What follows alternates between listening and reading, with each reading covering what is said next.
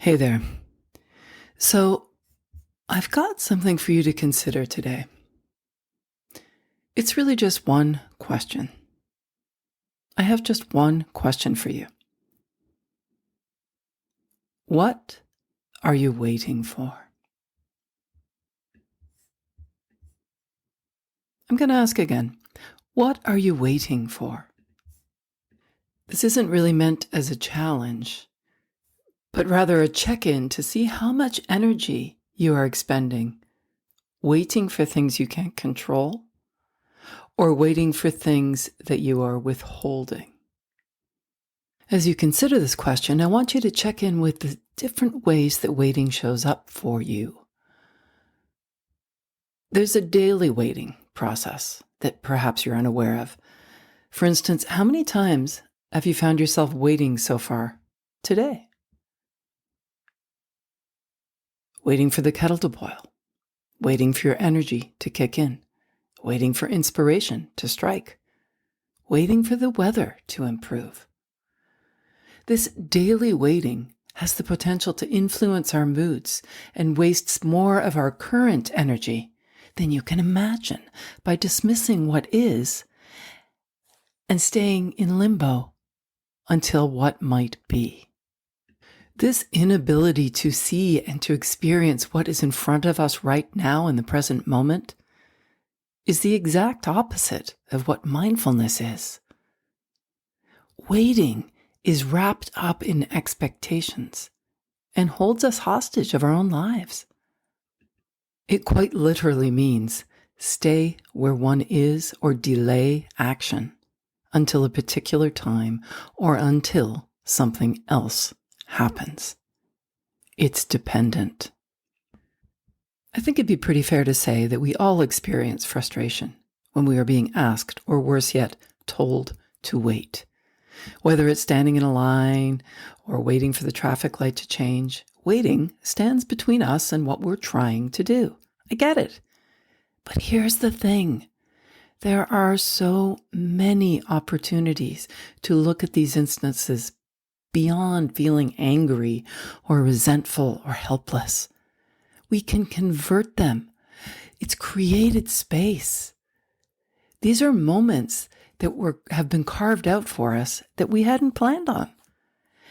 If we give in to filling those with frustration and negative energy, then what of the possibility we're letting go of? I read a statistic today that the average person throughout their lifetime spends 5 years waiting in lines and queues. When we spend time reacting to things that are out of our control, like lines and queues, we are sabotaging our own potential to thrive. And quite frankly, simply wasting valuable time.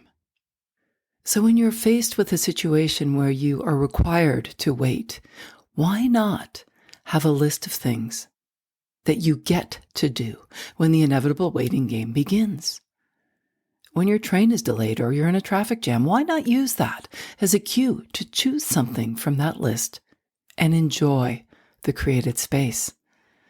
It might be listening to a favorite podcast or reading a chapter of that new book. Maybe it's taking time to reach out to a friend or a family member.